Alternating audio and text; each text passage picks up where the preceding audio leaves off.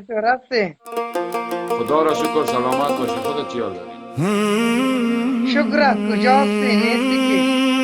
هستم نمی ترکیه هستم. بفرم جای ترکیه؟ ولایت بلوغ. چی کاربار میکنی؟ بیکار هستم. بیکار است. کجا سر کاری؟ ماش چند میدی؟ چقدر میخوایی؟ چی کار است؟ کارش رو بگو. فابریکه؟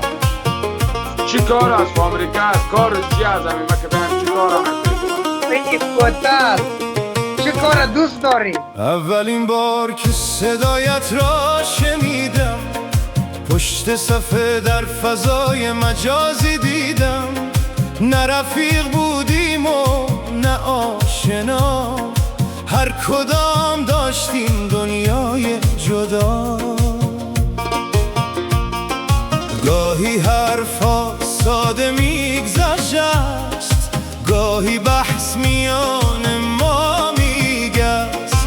هیچ کس فکر نمی کرد آن زمان داستانی شود میان ما نهان.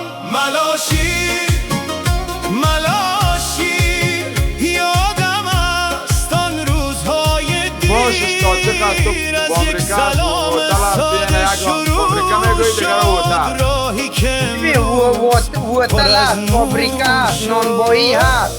کدام کار تو خوش داری؟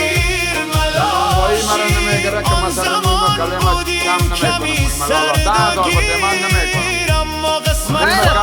چیش میکنی که فرق نمیکنه دیگه.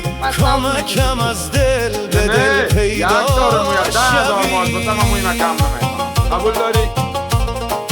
بند دوم. دیگه چی دارد؟ دیگه شکر. شبها آنلاین می شدیم، گاه گاه هر کسی می گفت حرف و دیدگاه. نه همیشه خنده و نه همیشه صلح، گاهی می آمد میان ما کمی تلخ. اما پشت آن همه گفتگو بود، صداقت بود، رنگ و بود. روز به روز بیشتر فهمیدم دوستی را در نگاهت دیدم.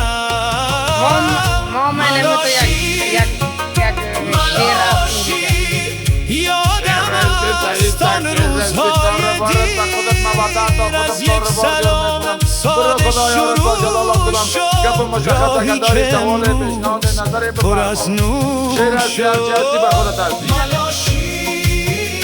فهمیدی کسی را توهینم نکن بچه. فهمیدی کسی را توهینم نکن. برادرم سنم است تو چه کار هستی مرا بچه میگویی؟ ما کسی را توهین نکردیم. حتما انسانیت نداری. کسی که انسانیت نداره مورد توهین پیدا شوی.